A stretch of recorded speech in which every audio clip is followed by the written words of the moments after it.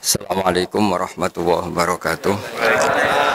Bismillahirrahmanirrahim. Alhamdulillahirabbil alamin wassalatu wassalamu ala asyrofil mursalin sayyidina Maulana Muhammadin wa ala alihi washabihi ajmain amma ba'du.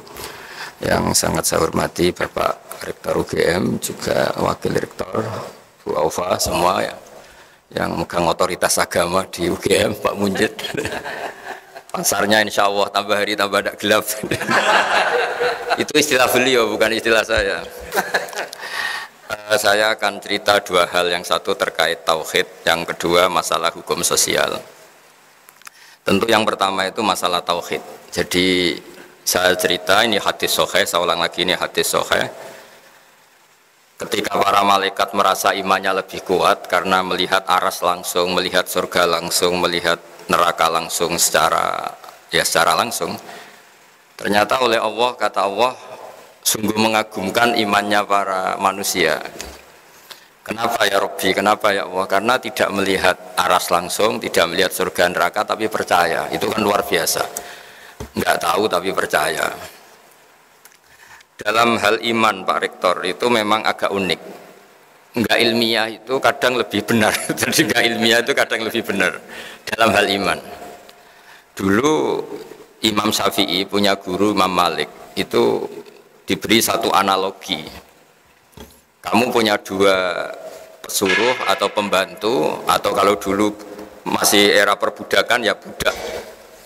Memang harus disesuaikan zaman. Dulu bahasanya Mang Abdun, Abdun itu hamba sahaya, dulu masih ada. Terus si yang budak ini dikasih perintah, batu besar itu angkat. Yang satu langsung ngangkat, terus yang satu tanya, memangnya kenapa diangkat? Terus kata yang nyuruh, fa inna tahtaha dzaban, karena di bawahnya ada emas. Terus si Imam Malik atau gurunya, ini cerita ulama, kamu seneng mana, sama yang langsung ngangkat gak tanya, sama yang tanya gitu. Di bab ilmiah bagus yang tanya karena ilmiah, tapi di bab loyalitas bagus yang gak tanya. Kalau disuruh ya laksanakan saja, tidak usah tanya. Jadi agama itu butuh loyalitas, tapi apa butuh ilmiah apa enggak? Karena kalau ilmiah terlalu ilmiah itu lama-lama kalau disuruh lagi, memangnya kenapa? Ya karena di bawahnya ada emas. Kalau tidak ada emas terus tidak mau.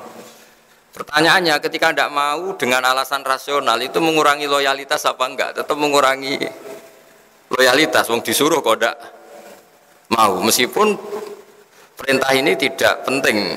Misalnya gelas saya di samping kanan saya, terus bilang ke anak saya, Dek tolong pindah ke kiri, kan nggak penting-penting banget, tapi tetap saja kalau nggak nurut saya gelo, itu saya mangkel ya, karena disuruh kok tidak mau gitu. Nah, beragama itu seperti itu, imtisalul awamir itu loyal pada perintahnya Allah Ta'ala, baik saat kita tahu alasannya maupun tidak tahu. Jadi kadang-kadang tahu ini masalah, kadang tahu itu masalah. Nah, kemudian itu disebut iman. Iman itu percaya sama ketentuan Allah Ta'ala. Makanya saya sering didatangi beberapa orang, Gus saya ikut training sholat khusyuk, dan saya tambah khusyuk sekarang karena tahu fungsinya rukuk begini, fungsinya sujud begini. Lama-lama sholat itu kayak senam yoga, karena semua fungsinya itu fisik, kesehatan itu. Tapi bagi yang nggak tahu malah pokoknya Allah nyuruh rukuk sujud itu, pokoknya disuruh ya kita nurut saja, nggak penting tahu. Karena kalau terlalu tahu nanti fungsi senam ini, fungsi sholat tuh kayak senam. Kalau terlalu apa? Tahu. Nah, makanya ini kan ya kampus-kampus itu kan terkenal lembaga keilmuan. Jadi agama itu jangan terlalu dianalisis lah, nanti ribet. Karena nanti panjang gitu, nanti jadi panjang gitu. Karena kalau terlalu tahu itu jadi repot itu. Nah, tapi lagi-lagi agama itu tidak anti ilmu. Saya ulang lagi, tidak anti ilmu. Suatu saat ini ada di kitab, Anda boleh percaya boleh tidak, tapi ada di referensi kami. Singkat cerita, Allah itu memanggil ulama, namanya Imam Amudi. Imam Amudi itu guru matematika, jadi dia ulama besar tapi dia guru matematika. Ya agak aneh, imam besar tapi dia guru matematika. Terus ketika beliau ketemu Allah, wafat itu, sama Allah disuruh ngajar malaikat. Jadi bukan sekedar ngajar juga ya, mengajar para malaikat. Maka saya cita-cita bersasar itu jadi guru malaikat. Ya bukan malaikat yang papan atas kayak Jibril, Mikail, pokoknya malaikat lah. Yang biasa lah. Imam Amudi itu disuruh ngajar para malaikat. Ini penting bagi kampus-kampus keilmuan kayak UGM, UII, semua kampus-kampus Indonesia lah.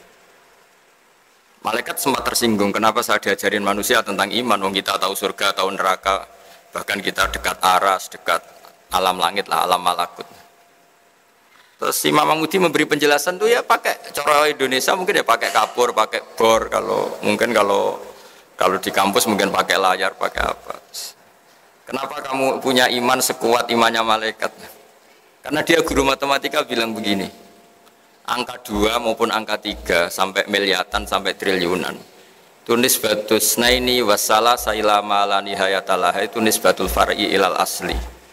Mau angka kayak apa jumlahnya besar 2, 3 sampai miliatan, itu dibanding angka 1 itu cabang ketemu pokok atau cabang dari pokok. Kalau bahasa Arab nisbatul far'i ilal asli, semua itu bersumber dari 1, 2 ya bersumber dari 1, 3 ya 1, miliatan juga 1. Berarti alam raya yang seluas ini juga bersumber dari zat yang satu, yaitu Allah Ta'ala.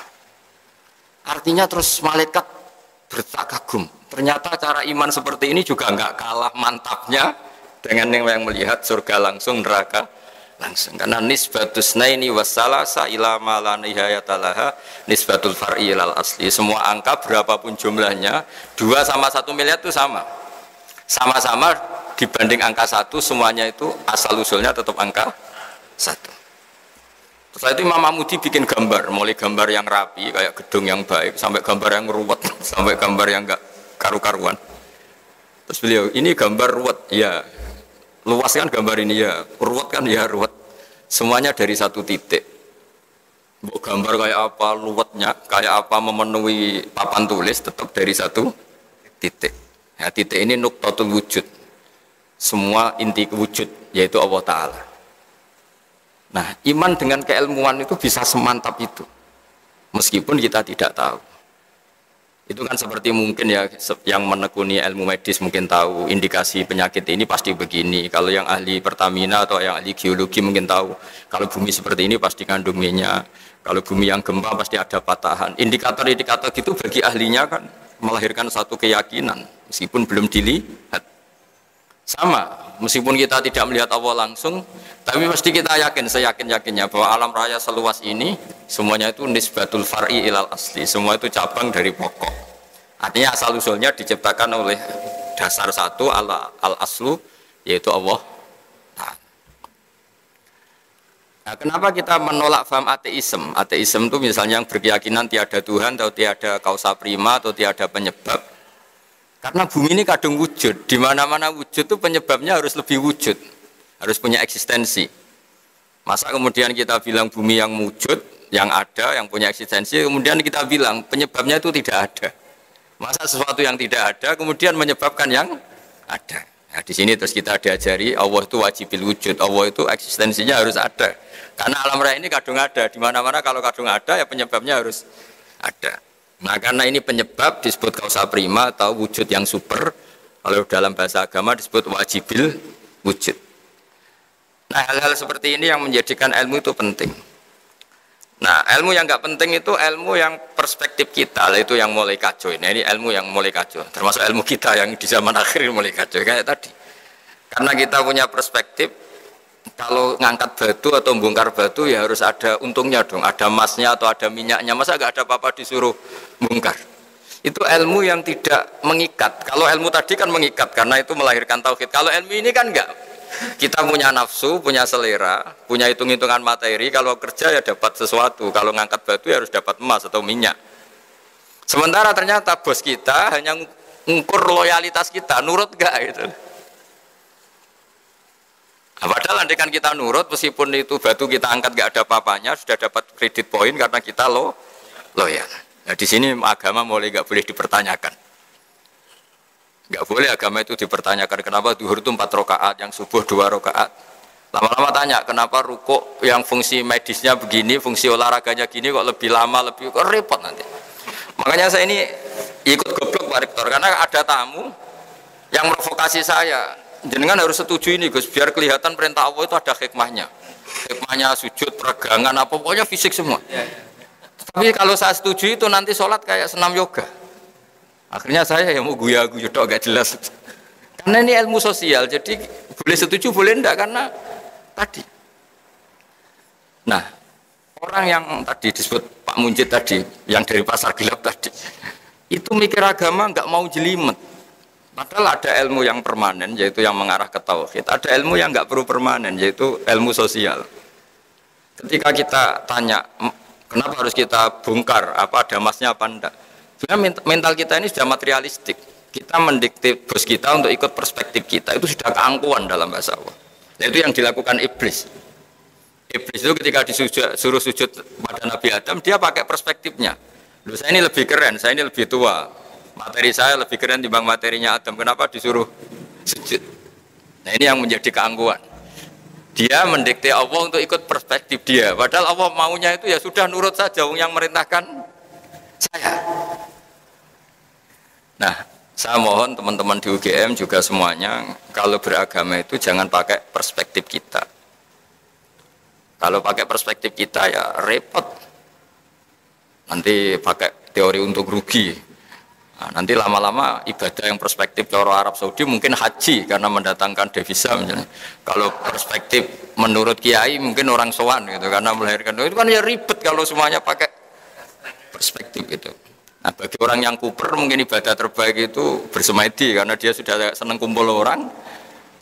Nanti pakai perspektif sendiri agama ini nggak bisa selesai.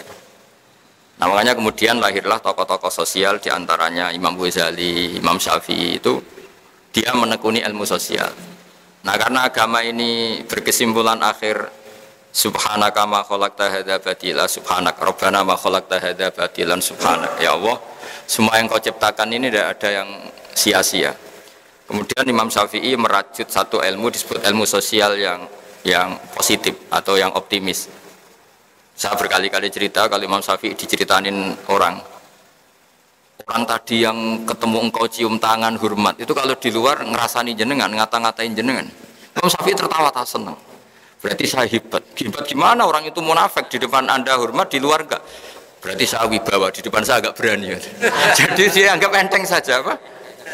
Berarti saya wibawa, buktinya di depan saya enggak berani. Dikira itu kan terus dia kaget Imam Syafi'i, ternyata enggak. Terus dikasih tahu lagi, separuh dari kampung ini enggak seneng sama jenengan.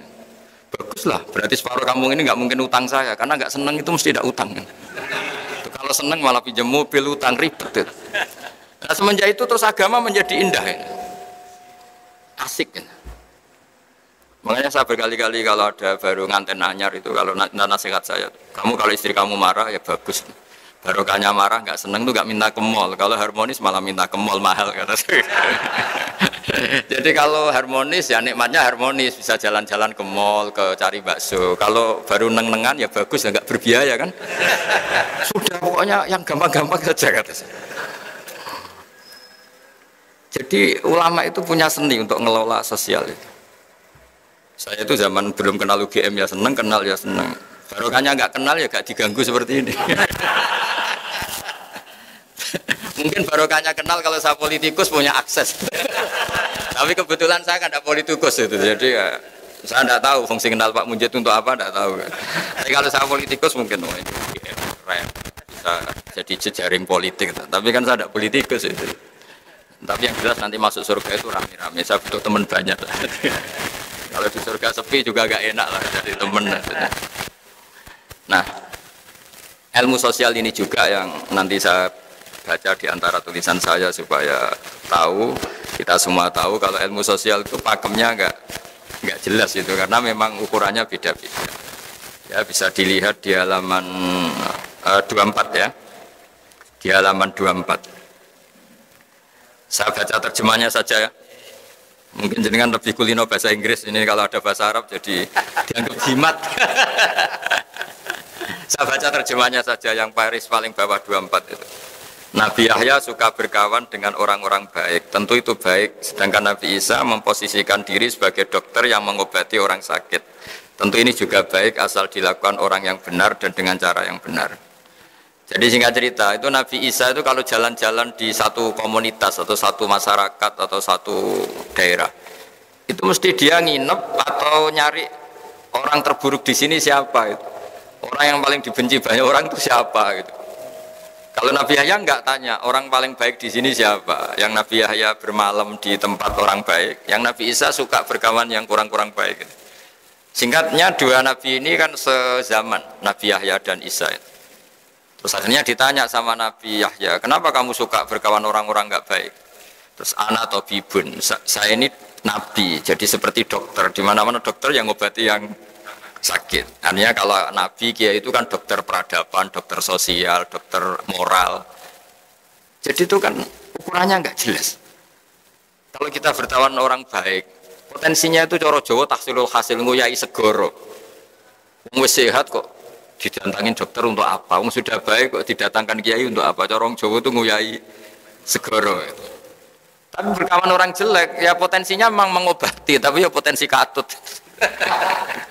Karena ya iman pas-pasan. Jadi kan, tapi itu kan satu ilmu bahwa kalau kita ingin mengentas kejahatan atau mengentas kebodohan, mau tidak mau harus mau bersosialisasi kan. Makanya saya sering ketemu banyak kiai kalau ditanya, Gus berteman orang jelek itu gimana? Haram kata saya. Tapi kalau membina orang jelek baik dan bisa bina kalau berteman kan bulat-bulat, bulat-bulat. Jadi logika yang dibangun kan berteman orang jelek haram, membina orang jelek baik, bisa bina kalau berteman. Tapi bisa keblontor ya kalau berteman. Makanya hal-hal sosial gini tidak usah dipakemkan lah, karena ilmu sosial itu nggak ada batasnya. Sufyan Ats-Tsauri itu ulama yang nggak mau kumpul orang. Yang satu temannya itu suka kumpul orang. Ditanya, kenapa kamu suka kumpul orang? Ya karena bisa jamaah, bisa ngajar, bisa macam-macam. Terus kata Sufyan Ats-Tsauri, wahal takrohu illa man ta'rif. Kamu pasti benci dan kecewa ya sama orang yang kenal. Artinya gini, kita akan disuruh mencintai orang Islam. Gara-gara kenal itu kan punya pengalaman ditipu, disombongin, dikata-katain, dicuekin. Karena takut itu terjadi, Sufyan Ats-Tsauri milih tidak kumpul orang. Tapi tidak kumpul orang kemudian juga kalau punya mobil nggak pernah dipinjam, kalau punya uang yang nggak pernah nolong orang. Jadi efeknya sama-sama bisa iya bisa enggak. Itu nggak ada batasannya. Saya termasuk kiai yang jarang pergi sama istri, karena ya pikiran saya sederhana. Di rumah ketemu, masa di perjalanan ketemu. Itu kan bisa bosen itu. Tapi ada yang sama istrinya pergi bareng terus, karena selain nemani juga sambil ngawasi. Itu kan batasan sosial itu enggak jelas. Jadi apa ya? Makanya tadi kalau ditanyakan, tadi Pak Rektor juga tanya, berteman non muslim, berteman itu enggak ada selesainya seperti itu. Karena saya juga pernah matur sama Bu Ova, karena tadi kalau kita misalnya jadi dokter terus ngobati orang yang potensi korupsi lagi, potensi jahat lagi, gimana hukumnya menyembuhkan orang yang potensi jahat lagi dan punya jejak memang jahat gitu. Ya pertanyaannya, bagaimana kalau barokahnya kamu obati terus simpati terus jadi baik. Tapi ya terlalu ada pertanyaan, bagaimana gara-gara kamu obati jadi bisa jahat lagi. Kan nggak ada selesai. Kita berkawan non muslim ya gitu, kalau orang Islam kita baik, barokahnya itu mungkin tertarik sama Islam. Tapi bisa saja karena kebaikan kita sarana itu dipakai yang tidak baik. Itu siklus sosial itu enggak pernah selesai. Nah, hal-hal seperti itu yang kata Nabi disebut orang yang beristihad, jika benar pahalanya 2, jika salah pahalanya 1. Karena ini, tapi ini yang sosial loh ya. Kalau tauhid ya hanya tunggal tadi, karena tauhid itu kebenaran tunggal. Sehingga kalau di tauhid nggak nerima konsep kecuali fama ada ba'dal haqqi illa dhalal. Kalau nggak benar ya pasti salah. Nah, kebetulan ilmu tauhid itu ilmu yang mudah dicerna manusia. Nah, disinilah kenapa Allah itu tetap saja ngendikan inna dina indallahil Islam. Karena setelah Imam Amudi tadi mencontohkan pentingnya iman sama al-wahidul ahadus somad, zat yang tunggal, yang satu, yang esa, entahlah terjemahnya al-wahid itu karena diterjemah Indonesia itu nanti padanan Arabnya kadang tidak pas, makanya sering ngeluh saya dengan Profesor Zaini, Pak Kures itu kadang ngeluh karena terjemahan Arab itu tidak mudah diterjemahkan Indonesia. Tapi apapun itu kan setelah kamu ngaji matematika atau ngaji ilmu apa saja tadi. Saya punya kitab dulu diajarin Mbah Mun. Itu satu kitab tuh gambar, mulai gambar gedung sampai gambar pohon sampai gambar sapi. Ternyata itu hanya untuk menjelaskan apapun ruwetnya gambar ini dimulai satu titik. Apapun alam raya seluas ini ada Mars, ada Jupiter, ada apa saja ya dimulai dari satu titik yaitu nuktatil wujud, yaitu wujudnya Allah Subhanahu. Angka sampai miliar triliun ya sama dimulai dari angka 1. Nah, kita untuk memantapkan tauhid itu udah harus sampai nyun sewu ketemu Allah atau melihat surga langsung, neraka langsung. Dengan kekuatan akal kita ini sudah cukup. Makanya agama ini di kaum yaqilun, di kaum yatafakkarun, bagi yang mau berpikir. Nah, ini yang kebenaran hakiki. Tapi kalau kebenaran sosial tadi itu enggak jelas. Makanya saya kalau guyon dan itu guyon yang ilmiah. Itu ada orang itu perempuan jelek, saya berkali-kali cerita itu jelek, miskin lagi. Terus sowan sama suaminya ke saya, Gus doain saya jadi orang kaya. Tak guyonin itu. Nanti kalau suami jenengan kaya, pertama yang dievaluasi itu rumahnya diganti, jadi bagus. Mobilnya jadi ganti, lama-lama yang dievaluasi jenengan. Rumah sudah bagus, mobil bagus, tapi istrinya ini yang nggak layak gitu. Akhirnya terus bagus miskin aja. Gitu. Artinya ketika kita nganggap kekayaan itu berkah, ternyata enggak kan? Orang yang mulai berpikir macam-macam kan ya karena mapan itu. Yang dievaluasi kan rumah selesai, mobil selesai. Lama-lama yang dievaluasi apa? Istri. Nanti kalau yang istri yang kaya yang dievaluasi suami. Nah, artinya kamu tidak bisa bilang kalau kaya lebih enak timbang miskin atau miskin lebih enak timbang kaya, tidak juga. Ilmu sosial itu. Saya pernah ketemu kiai, tak anggap alim lah. Tanya saya, Gus, negara yang hebat itu ya negara yang maju, yang kayak Amerika, kayak Eropa. Terus tak tanya, negara dengan banyak urusan, dengan yang tidak banyak urusan, kalau kamu jadi presiden suka mana? Suka yang nggak banyak urusan. Karena kalau negara besar itu banyak urusan. Akhirnya terus dia mikir, ternyata hukum sosial itu enggak. Ya enggak itu. Ya enggak jelas ya. Saya kalau punya mobil 2, kan ngurusi mobil 2, mendingan enggak punya 1 kan? Mendingan enggak punya, enggak ada yang diurus. Tapi kalau pertanyaan dibalik, tapi enggak ada yang dipakai.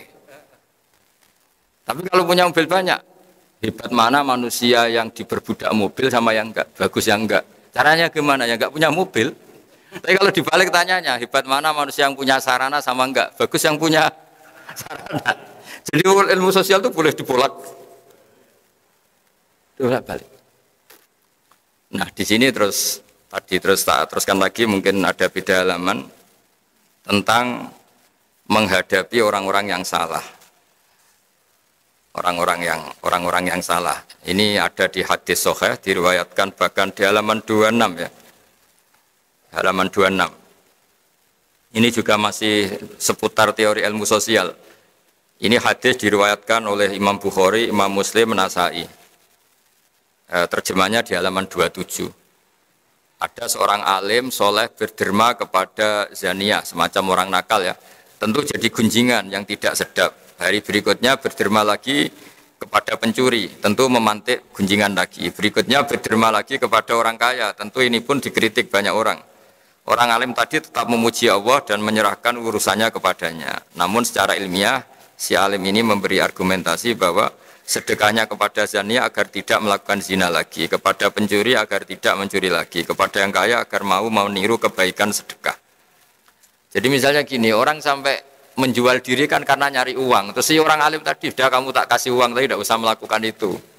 Orang ingin nyuri kan juga karena nyari uang, udah kamu tak kasih uang tapi tidak usah mencuri lagi.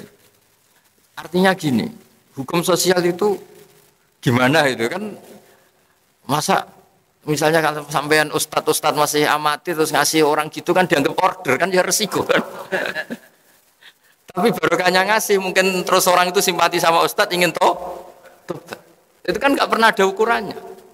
Tapi nggak usah dicoba, kalau dicoba jangan-jangan memang ingin mau makai kan ya ribet. Artinya ini cerita loh, ini diceritakan diriwayatkan oleh Imam Bukhari. Karena ilmu sosial itu ukurannya kan, ya sudah nggak usah diputuskan, namanya sesuatu yang sosial itu nggak usah dipakamkan. Makanya saya kemarin yang pas ngaji sama Kagama, Saya berteman Pak Rektor ini baik apa enggak ya tidak tahu. Bisa saja tidak baik. Karena kenal Rektor UGM kan bisa saya sombong, keren. Wah kalau menyebabkan sombong kayaknya ini tidak baik, saya kenal Rektor kan. Tapi kalau menyebabkan kebaikan yang lebih masif, lebih besar kayaknya baik. Ya tapi ini ilmu sosial, jadi dilihat saja perilaku saya berikutnya. Barang kenal rektor atau kampus yang nggak maju nyepelekan karena mentang-mentang kenal rektor UGM, berarti kenal ini yang tidak baik. Tapi barokahnya kenal kemudian kurangi pasar gelap tadi ya. Mungkin jadi baik. Jadi ilmu sosial kira-kira seperti itu. Saya sering kenal menteri ya dekat kadang-kadang. Ya saya sering bilang ke istri saya dikatakan syukur ya syukur karena bisa melakukan kebaikan lebih masif, lebih general ya, lebih banyak. Tapi saya sebagai manusia jangan-jangan menjadi sombong karena kenal pejabat. Nah kira-kira perasaannya kiai orang baik ngadepi ilmu sosial itu seperti itu. Jadi nggak perlu ada jawabannya Pak Rektor kalau masalah ilmu apa? Sosial tadi. Baik kita dengan sesama orang baik maupun sama orang nggak baik, sesama non muslim itu ukurannya hubungannya kita dengan Allah Ta'ala. Makanya ketika Rasulullah masih sugeng, masih hidup, itu buah ada sahabat disuruh tabiin itu generasi setelah sahabat. Sifli wajah Rasulillah, tolong beritahu saya kayak apa wajahnya Nabi. Itu sahabat ini nangis. Kenapa engkau nangis? Saya tidak pernah lihat wajahnya Nabi. Loh Anda kan sahabat, iya berpuluh-puluh tahun saya dari Nabi, saya tidak lihat wajahnya. Ada yang ditanya langsung cerita, wajahnya gini, gantengnya begini, senyumnya gini. Terus ditanya, kenapa kamu enggak lihat wajahnya Nabi yang Anda sahabat? Saya tuh saking hormatnya, jadi tidak berani melihat. Yang satu saking senengnya saya melihat terus, jadi yang satu bisa sama-sama niat hormat, tapi cara perilakunya beda. Nah, contoh kedua ini agak menyinggung Anda, tapi semoga agak tersinggung. Ada sahabat yang nggak pernah sowan Nabi, jadi kalau jamaah sering dia makmum Nabi, dia nggak pernah sowan. Kenapa? Takut. Jadi dia datang jamaah saja tapi tidak sowan. Ada yang senang sowan karena bisa komunikasi, bisa tanya. Ada yang milih nggak sowan, takut ganggu. Jadi artinya hukum sosial ini ukurannya enggak. Jadi misalnya itu tadi. Misalnya ada orang jadi rektor di UGM atau UI atau jadi dekan. Kalau sering pulang kampung baik enggak? Ya mungkin baik biar ngerti kampungnya kayak apa. Meskipun prestasi di Jogja jangan-jangan kampungnya terbelakang. Dari segi itu baik. Tapi dari segi sering pulang kemudian di situ ada ketua sete atau ketua kampus-kampus yang enggak maju. Jadi mahjub.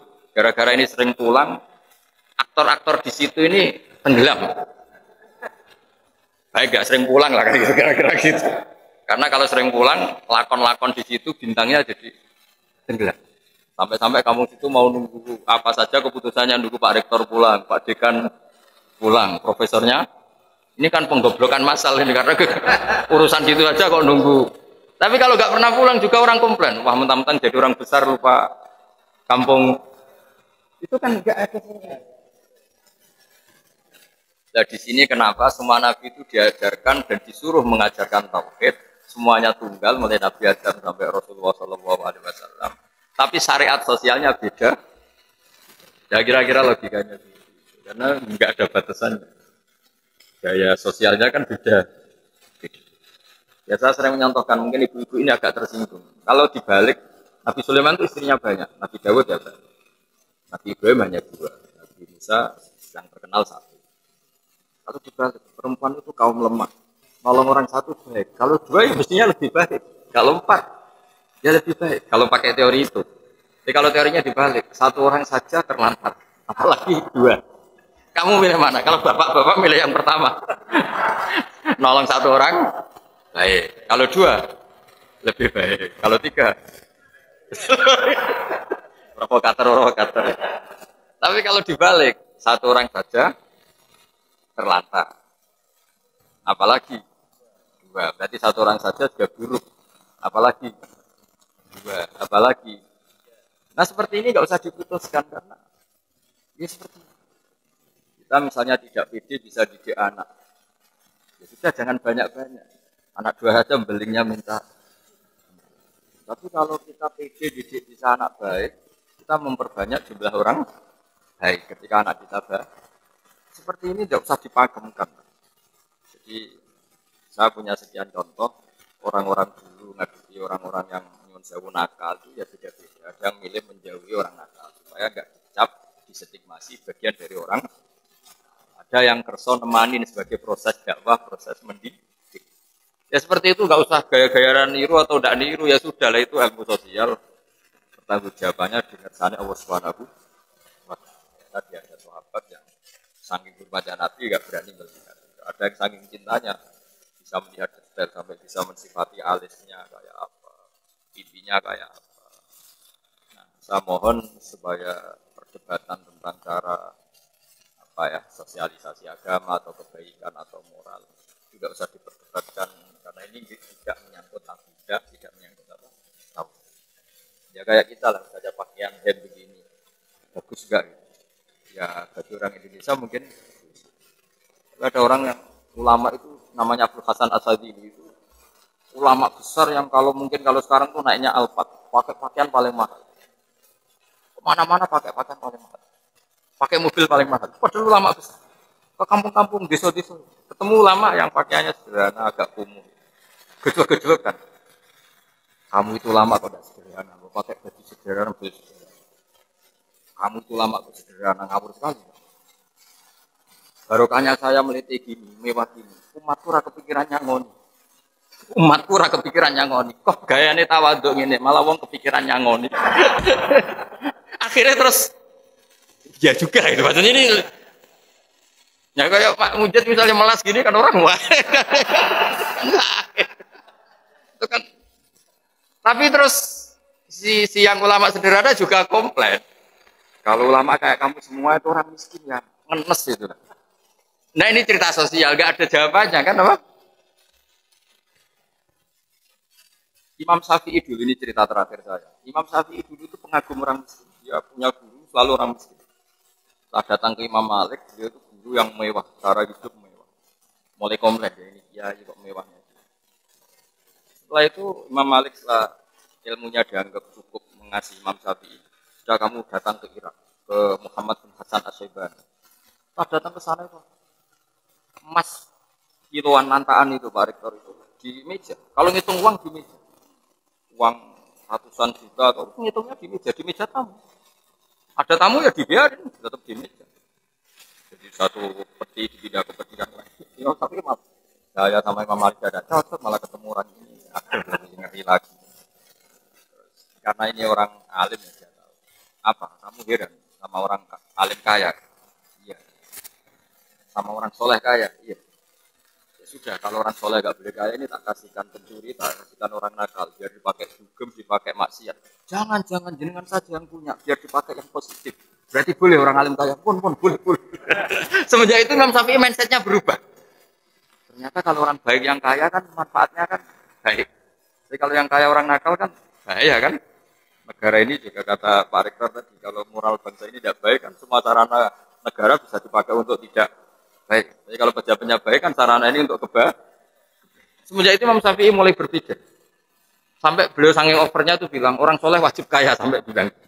Sampai yang miskin tersinggung. Diwajibkan enggak, kalau enggak takdir kan enggak bisa kaya. Tapi itu betapa ilmu sosial itu ngalami perubahan juga. Ngalami perdebatan.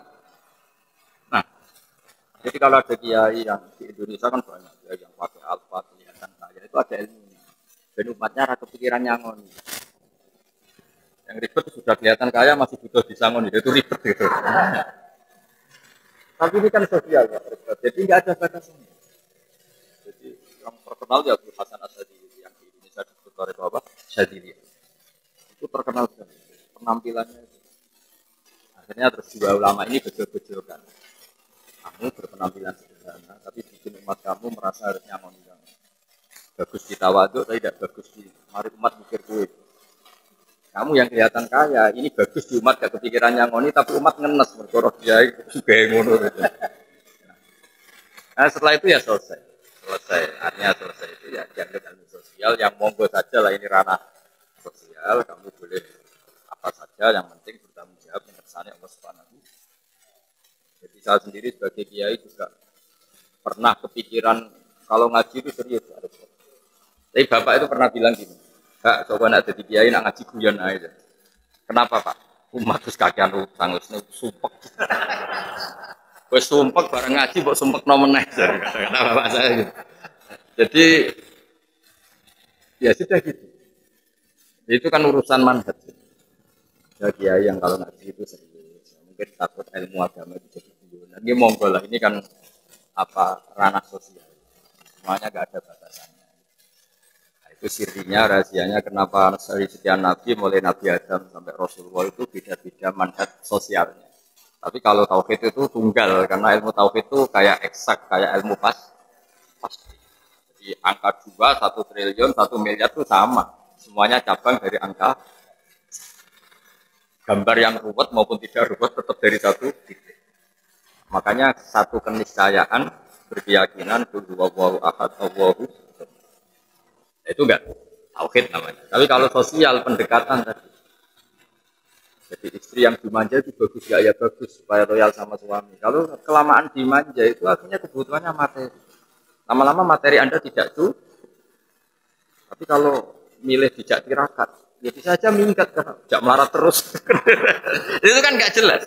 Dimanja ya potensi minggat karena kebutuhannya terus besar. Dijak tirakat ya potensi minggat karena nggak betah. Akhirnya terus ya rumusnya kan nggak jelas akhirnya. Ya sudah nggak usah punya rumus, pokoknya ilmu sosial itu nggak usah rumus ya tadi. Kalau Anda rektor, saya misalnya kecelok kiai besar sering datang ke kampung-kampung, itu kan menenggelamkan kiai kampung, kan kasihan. Kalau ada toko-toko Indomaret atau Alfamart di kampung-kampung kan kasihan toko-toko yang di. Tapi kalau pertanyaan dibalik, orang kampung juga berhak dapat apa? Toko yang misalnya bersih, ber-AC. Kalau dibalik itu gimana ya? Ya ada toko steril bersih. Kalau pertanyaan dibalik, berhakkah orang kampung dapat toko yang baik dan bersih? Jawabannya, yang bisa ngadakan itu ya toko-toko yang besar. Tapi kalau dibalik, bolehkah toko-toko kecil dimatikan yang besar? Bolehkah tokoh besar berkunjung di kampung? Bolehkah tokoh besar memajubkan yang kecil?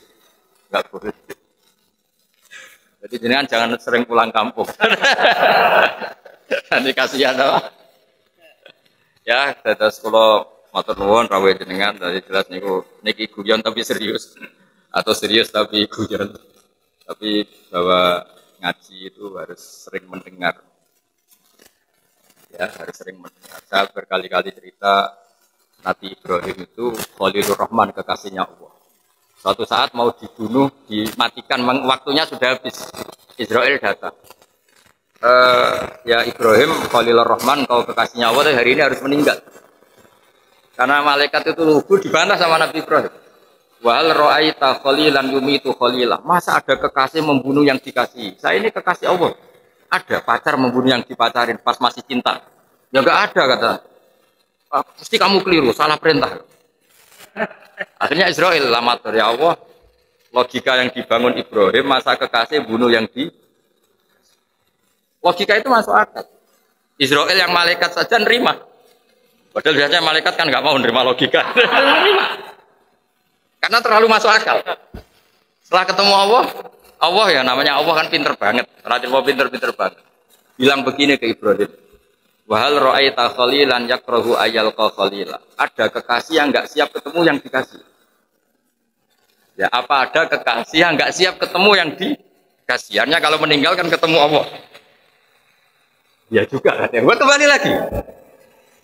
Tapi kata Allah begini, apa ada kekasih yang nggak siap ketemu yang dikasih? Ibrahim, oh ya, sekarang aja sekarang. Terus akhirnya mau meninggal. Nah bayangkan kalau ilmu seperti ini orang dengar hanya sepihak gitu. Akhirnya agama menjadi keras kan karena satu logika sosial dipakemkan seakan-akan paten. Itu yang kita tidak boleh ya kalau logika sosial kayak monggo mawon, penting kita bertanggung jawab di depan Allah Subhanahu. Saya kira demikian. Mohon maaf. Assalamualaikum.